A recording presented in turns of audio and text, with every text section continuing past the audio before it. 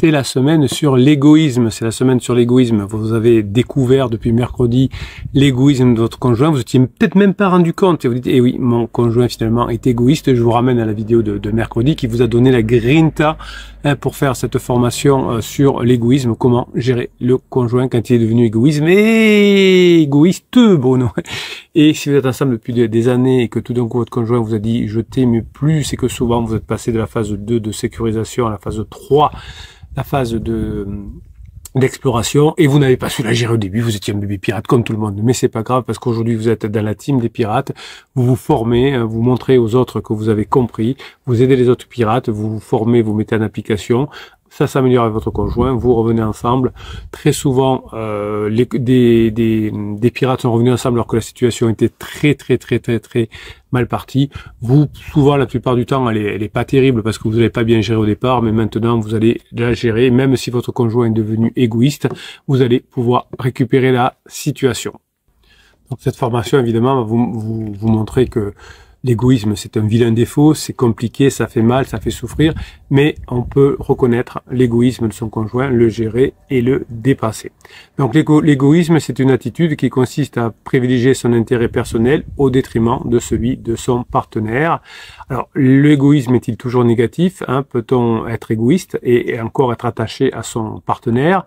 Comment trouver un équilibre entre les besoins de votre conjoint en crise et les vôtres? Eh bien, dans la formation, évidemment, je vais vous apporter toutes les réponses. Évidemment, vous allez apprendre dans cette formation qu'est-ce que c'est l'égoïsme psychologique, notamment. C'est l'égoïsme psychologique affirme que tous les êtres humains sont motivés par leur intérêt personnel. Même quand ils semblent agir par altruisme et par générosité, eh bien, il y a toujours un intérêt personnel. C'est ça l'égoïsme psychologique qui est caché. Donc, selon le fonctionnement de l'être humain, il n'existe pas d'acte désintéressé, car il y a toujours une récompense, une satisfaction personnelle derrière chaque comportement. Et votre conjoint est aujourd'hui un égoïste parce qu'il pense qu'à lui, parce qu'il souffre beaucoup et parce qu'il pense que sa souffrance vient de vous. Alors c'est sûr que peut-être qu'au début de la crise, vous n'avez pas su gérer parce que vous étiez un bébé pirate, vous n'aviez pas encore fait la formation comment ne plus faire d'interdits, vous avez fait des interdits, mais vous avez pu récupérer votre conjoint. Donc si je fais finalement un cadeau à quelqu'un, c'est généralement pas par pure bonté. Alors ça peut arriver à la marge, hein, mais évidemment il y a des exceptions. Mais finalement, on fait un cadeau à quelqu'un parce que on veut lui faire plaisir, lui montrer son amour, lui montrer sa reconnaissance ou sa gratitude. C'est peut-être fait aussi pour éviter sa colère, pour éviter sa déception. Et il y a toujours quelque chose qui fait que l'on a envie d'obtenir quelque chose quand on fait quelque chose. Ce qui est logique. Donc votre conjoint a un égoïsme fort puisqu'il souffre pendant sa crise. Et finalement, souvent, l'égoïsme de votre conjoint est vu de votre part. Hein, c'est que surtout quand vous êtes un bébé pirate, comme quelqu'un de cynique, quelqu'un de pessimiste, quelqu'un qui a la possibilité finalement d'être heureux avec vous, mais qui ne le fait pas. Donc vous avez un égoïsme psychologique descriptif. Hein, on en reparle dans la formation. Qu'est-ce que c'est un égoïsme descriptif? C'est quelqu'un qui cherche à décrire la réalité des motivations sans porter de jugement moral ou normatif. Hein, c'est ce que l'on fait ici. C'est une question de fait. Hein, pendant la crise, on est égoïste. Ça peut être vérifié, ça peut être infirmé par l'observation ou l'expérimentation. Évidemment, vous savez que c'est assez facile pendant la crise de votre conjoint de voir que votre conjoint est égoïste par l'expérimentation. Il y a aussi ce que j'appelle l'égoïsme normatif. C'est une autre façon de voir les choses qui affirme que les êtres humains doivent agir selon leur intérêt personnel, car c'est le seul moyen d'atteindre le bonheur ou la rationalité. Là, du coup, c'est une question de valeur, une question qui révèle du choix ou de la préférence. Donc vous allez être du côté de l'observation. Voilà comment est mon conjoint aujourd'hui. Mon conjoint est vénère, je laisse tranquille. Mon conjoint n'est pas vénère, il est top. On peut plaisanter ensemble. Et votre conjoint dit, moi je suis pas égoïste d'abord. Hein, votre conjoint me dit, mais comme il m'a fait trop souffrir, il faut que je pense à moi maintenant. Hein, il faut que je pense à moi. Alors c'est pas d'égoïsme, mais il faut que je pense à moi. Et évidemment, là, c'est une question de valeur, de choix, de préférence. Je décide de penser à moi au moment de ma crise de la quarantaine ou de la trentaine. Donc, il y a des conséquences pratiques sur l'égoïsme psychologique dans votre relation de couple. Hein. Du coup, vous allez peut-être vous poser quelques questions en regardant cette vidéo et vous aurez les réponses dans la formation, évidemment. Est-ce qu'on pense que tous les êtres humains sont égoïstes par nature? Est-ce que c'est forcément un défaut, hein, est-ce que ça peut être une qualité? Est-ce que l'égoïsme c'est compatible dans la relation de couple? Est-ce que vous êtes égoïste par moment ou est-ce que vous savez être que altruiste? Et finalement, comment votre conjoint parfois peut vous montrer quand même quelques signes d'altruisme. Donc réfléchissez par rapport à ça, c'est important. Vous posez-vous les questions aujourd'hui. Est-ce que vous êtes tout le temps altruiste ou est-ce que vous avez un côté d'égoïsme ou est-ce que parfois votre conjoint peut être aussi altruiste, même si c'est difficile pendant la crise existentielle de voir ça comme ça. Donc l'égoïsme dans un couple, surtout si votre conjoint est en crise, va se manifester quand votre conjoint exprime un désir qui bénéficie à lui-même, mais contredit votre propre désir. Hein. C'est une situation de conflit d'intérêts où il faut choisir entre son bien-être personnel, celui de son partenaire, de son mari ou de sa femme, et parfois même celui de ses enfants. Donc par exemple, je veux regarder ma série préférée à la télévision, mon partenaire veut faire une activité ensemble, ben moi je vais dire, moi je veux regarder ma série. Ou encore, je veux passer du temps avec mes amis, mais mon partenaire veut que je reste avec lui, ou l'inverse. Hein, j'aimerais bien que mon partenaire reste avec moi, mais mon partenaire veut aller voir ses amis que je considère un peu débiles. Et bien là, il y a une forme d'égoïsme, c'est je voudrais aussi que mon conjoint reste avec moi et qu'il n'aille pas s'amuser avec ses amis, parce que je ne les aime pas, hein, parce qu'ils s'éloignent ils éloignent mon conjoint de moi, ils le manipulent. Hein. Voilà, donc dans un couple, l'égoïsme c'est pas forcément intentionnel, c'est pas forcément malveillant. Votre conjoint peut croire de bonne foi que sa souffrance vient de vous. Hein. J'étais en coaching avec quelqu'un et je lui ai expliqué que son conjoint disait de toute façon, tant que tu n'auras pas accepté le divorce à l'amiable, on ne pourra rien faire ensemble, on pourra pas parler ensemble. Et puis voilà. Et puis je lui ai expliqué que j'avais une piratesse, une cliente, qui avait cédé, hein, son mari, lui avait dit de toute façon je te fais un silence radio hein, tant que tu n'auras pas accepté le divorce à l'amiable. Ma cliente accepté, hein, vous savez que vous faites ce que vous voulez.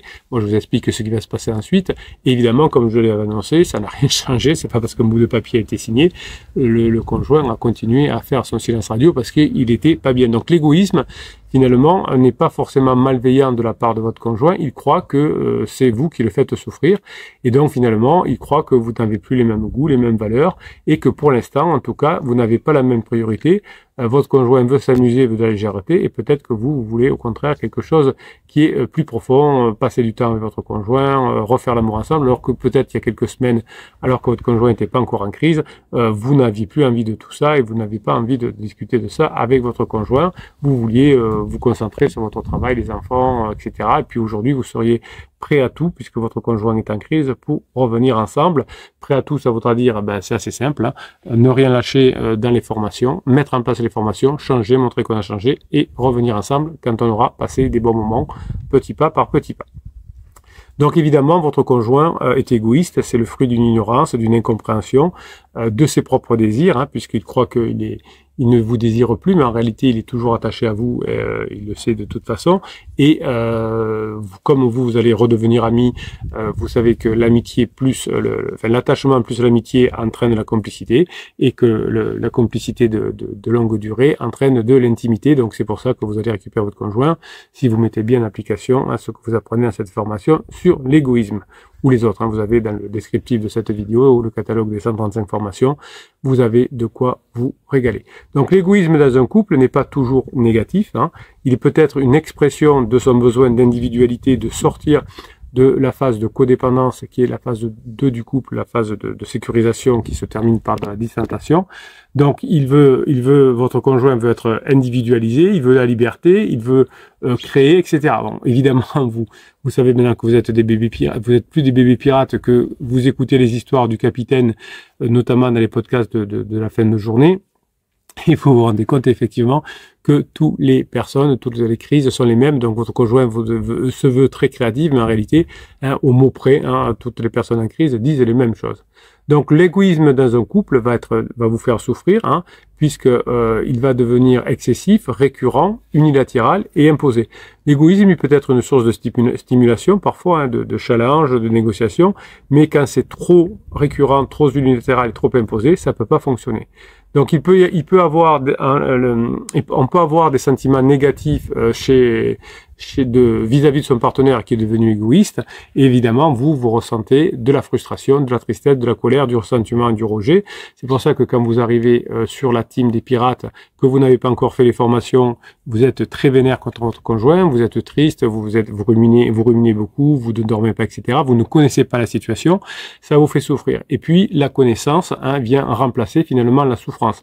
Il y a quelques années, jusqu'à quelques années, il y a une trentaine d'années encore, les religions et la société protégeaient le couple, hein, parce que le couple est un ferment essentiel de la société. Aujourd'hui, ce n'est plus le cas, hein, la société et les religions ne font plus ce travail-là. Donc, qu'est-ce qui va sauver votre couple? C'est la connaissance, c'est ce que vous allez apprendre et que vous allez mettre en pratique. On ne peut pas le deviner.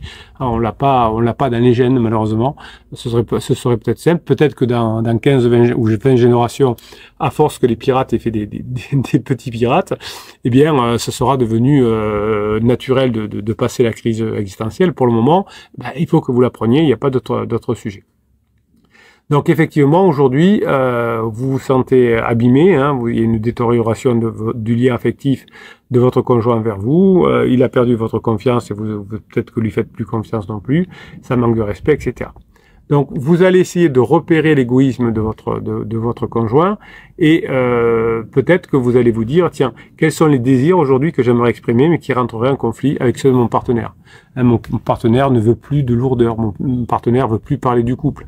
Ou alors s'il veut parler du couple, c'est pour essayer de diminuer la pression. Quels sont les désirs que le partenaire exprime souvent dans son couple et qui peuvent être en conflit avec les autres, avec vous? Je veux être libre, je veux m'amuser. Pour que vous vous amuseriez pas. Quand vous serez en phase 4 du couple, vous amuserez beaucoup, chacun de votre côté, parfois ensemble. Vous retrouverez pour passer des bons moments, hein, mais vous ne ferez pas forcément tout ensemble. Donc les désirs de votre conjoint ne sont peut-être pas les mêmes que les vôtres actuellement parce que vous êtes en souffrance. Donc on pourrait considérer les désirs de votre conjoint d'aller s'amuser comme égoïste, mais votre conjoint peut aussi vous reposer en disant il est égoïste, il veut pas divorcer, il veut pas signer les papiers, il prend 5 ans et demi, Donc vous voyez que si j'interrogeais votre conjoint, il me dirait aussi certainement que vous êtes égoïste. Donc on va réfléchir là-dessus finalement, en réfléchissant sur le lien entre l'égoïsme et l'attachement. Donc cet attachement, vous avez une formation complète sur l'attachement pour bien comprendre quels sont les différents types d'attachement d'ailleurs et comment vous les gérez. L'attachement, c'est un lien affectif qui vous lie à votre conjoint. Et quand on est sorti de la lune de miel et qu'on rentre dans la phase de sécurisation, qu'il reste plusieurs années comme vous l'avez été certainement dans la phase de sécurisation, eh bien il y a un attachement qui s'est fait, un peu comme un nourrisson avec sa figure parentale. Et ce lien de la sécurisation, ce lien d'attachement va vous donner, vous et votre conjoint, un sentiment de sécurité émotionnelle qui vont influencer le développement psychologique et relationnel de votre couple. Hein, quand vous avez eu besoin de votre conjoint pour votre métier, pour acheter une maison et pour élever vos enfants, vous aviez besoin de l'attachement, hein, de cette sécurité. Évidemment, l'attachement de l'un à l'autre évolue. Hein, aujourd'hui, vous avez certainement un attachement évitant de votre conjoint envers vous, c'est-à-dire que votre conjoint se méfie, hein, de vous. Il a une difficulté à exprimer ses émotions et à les montrer. Et vous, peut-être aussi que vous avez été insécure à un moment donné, pas évitant, mais peut-être collant, hein, comme on dit, cet attachement insécure, anxieux que vous aviez quand vous étiez bébé pirate et que vous n'aviez pas commencé à vous former, qui s'est caractérisé par une dépendance envers votre conjoint. Vous étiez hypersensible aux signes de rejet, vous étiez hypersensible aux signes d'abandon, vous avez une faible estime de vous et vous avez une demande excessive d'attention, ce qui a repoussé votre conjoint. Donc vous étiez dans l'anxiété.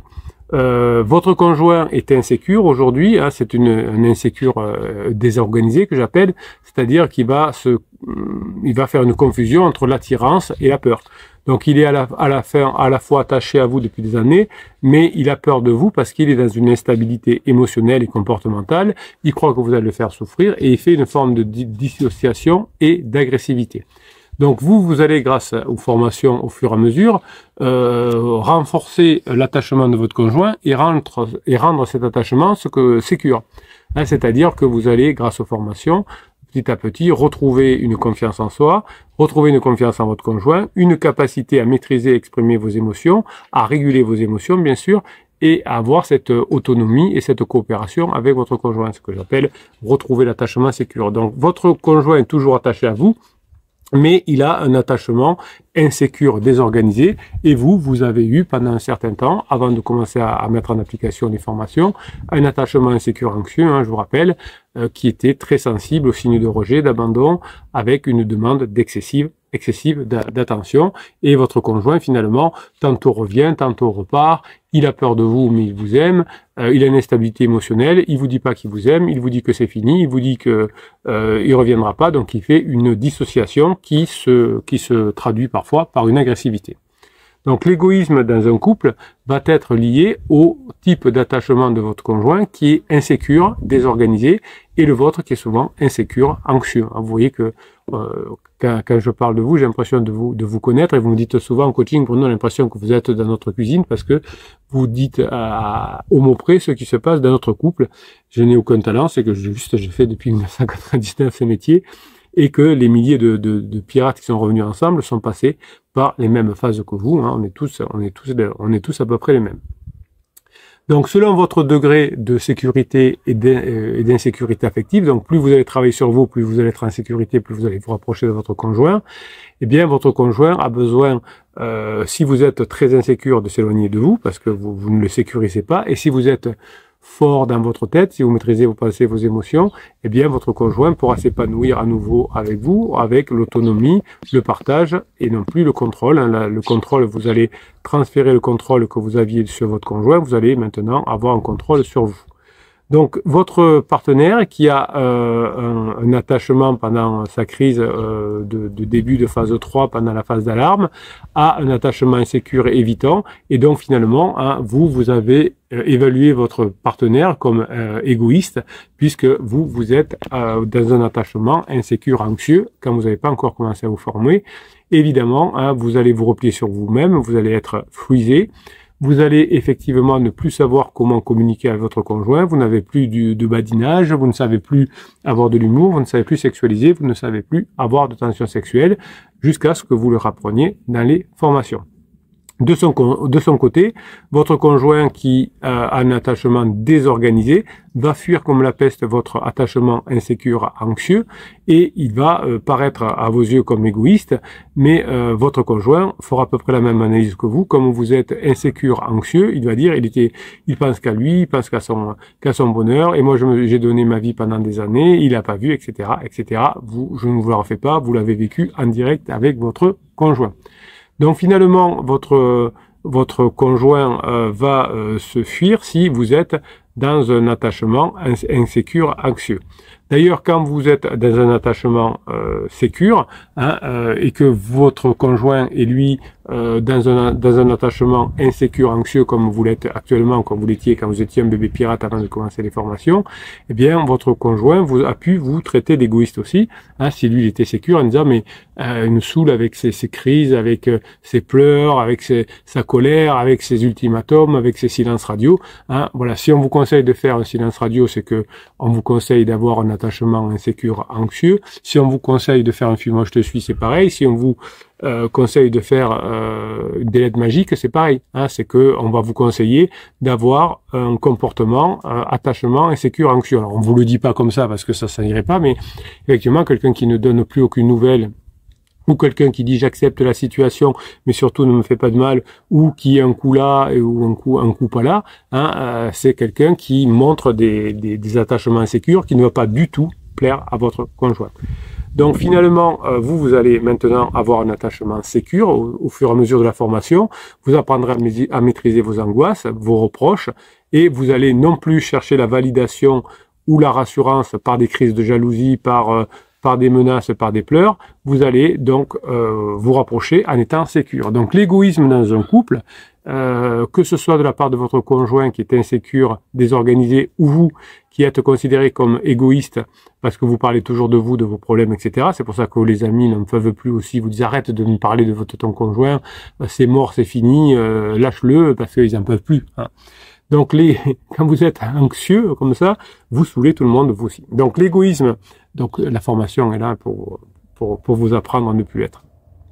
Donc finalement, l'égoïsme dans un couple est le reflet d'un malaise et d'un déséquilibre dans le lien d'attachement entre vous et votre conjoint, vous qui êtes anxieux, hein, insécure anxieux, et votre conjoint qui est insécure désorganisé. Évidemment, ça va entraîner de la souffrance, de la frustration pour les deux. Hein, et votre conjoint s'est senti frustré et en souffrance pendant des mois ou des années et vous le reproche maintenant. Et vous, évidemment, hein, vous savez, maintenant vous êtes passé dans l'insécurité et l'anxiété et vous faites plein de bêtises. Voilà.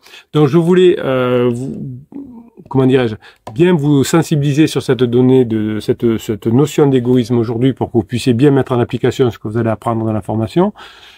Vous pouvez combiner cette formation avec la formation sur l'attachement, hein, comment redevenir sécure et comment réattirer votre conjoint en montrant de la sécurité, de la légèreté et des bons moments passés ensemble. Vos enfants ont besoin d'avoir le papa ou la maman qui est un attachement sécure, hein, sinon votre enfant va devenir aussi insécure anxieux ou insécure désorganisé, hein, selon qui va imiter papa ou maman, et ça il va le payer plus tard par des souffrances. Donc évitez que vos enfants tombent aussi dans l'attachement insécure. Vous savez que votre conjoint est dans l'insécurité pour l'instant, il est désorganisé. Travaillez sur vous pour passer dans un attachement sécure et vous verrez que l'égoïsme, en tout cas ce que vous décrivez comme de l'égoïsme chez votre conjoint, hein, va redevenir quelque chose de totalement autre, c'est-à-dire que vous allez être la seule personne qui comprend votre conjoint, vous êtes la seule personne qui sécurise votre conjoint quand il va commencer à s'effondrer. Mais pour ça, évidemment, hein, vous allez devoir vous projeter dans la phase 4, apprendre comment on fonctionne en phase 4 pour récupérer votre conjoint et l'attirer vers vous. Hein, c'est de l'attraction, hein, on a de l'attirance, l'attraction, on attire son conjoint.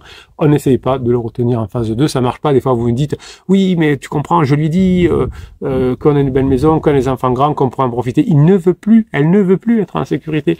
Elle veut maintenant d'être sécure, certes, mais pas dans cette phase de sécurisation. Dans la phase 4 de grande intimité où on fait des choses chacun de notre côté, et on fait des choses ensemble, et on est léger, et on arrête de se prendre la tête de parler du couple, et on arrête d'être codépendant en tout cas. Passez la journée que vous méritez, mes pirates adorés, je vous kiffe, et je vous kiffe grave.